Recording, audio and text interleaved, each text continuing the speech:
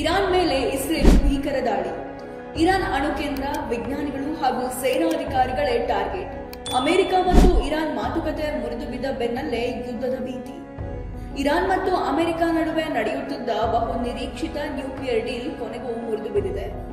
ಜಾಗತಿಕವಾಗಿ ನಿರೀಕ್ಷೆ ಮಾಡಿದ ರೀತಿಯಲ್ಲೇ ಟ್ರಂಪ್ ಮತ್ತು ಖಮೆನಿಗಳ ಮಧ್ಯೆ ಒಮ್ಮತ ಮೂಡಿಲ್ಲ.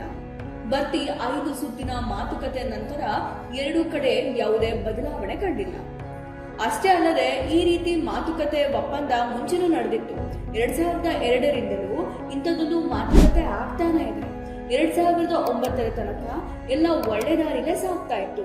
ಆದ್ರೆ 2010ರಲ್ಲಿ ಇರಾನ್ ಈ ಎಲ್ಲ ಮಾತುಕತೆ ಮುರಿದು ಅಣ್ವಸ್ತ್ರ ತಯಾರಿಗೆ ಹೆಜ್ಜೆ ಇಡ್ತು. ಹೀಗಾಗಿ ಅಮೆರಿಕ, ಯುರೋಪ್ ಎಲ್ಲರೂ ಸೇರಿ ಇರಾನ್ ಮೇಲೆ ಸ್ಯಾಂಕ್ಷನ್ ಹೇರಿದ್ರು. ಇದು ಇರಾನ್ನ ಮತ್ತೆ ಕೆರಳಿಸುತ್ತೆ.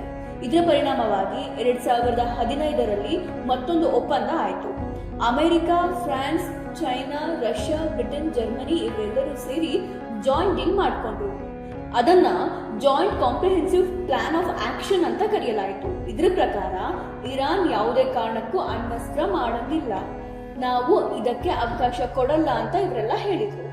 ರಷ್ಯಾ ಮತ್ತು ಚೀನಾ ದೇಶ ಇರಾನ್ ಪರ ವಾದ ಮಾಡ್ತಾ ಇದ್ವು. ಆದ್ರೆ ಈ ಕೂಟಕ್ಕೆ ಇರಾನ್ ಬೆಲೆ ಕೊಡ್ಲೇ ಇಲ್ಲ. ಅವರು ಹೇಗಾದ್ರೂ ಮಾಡಿ ಅಣ್ವಸ್ತ್ರ ಮಾಡಲೇಬೇಕು ಅಂತ ನಿರ್ಧಾರ ಮಾಡಿದ್ರು.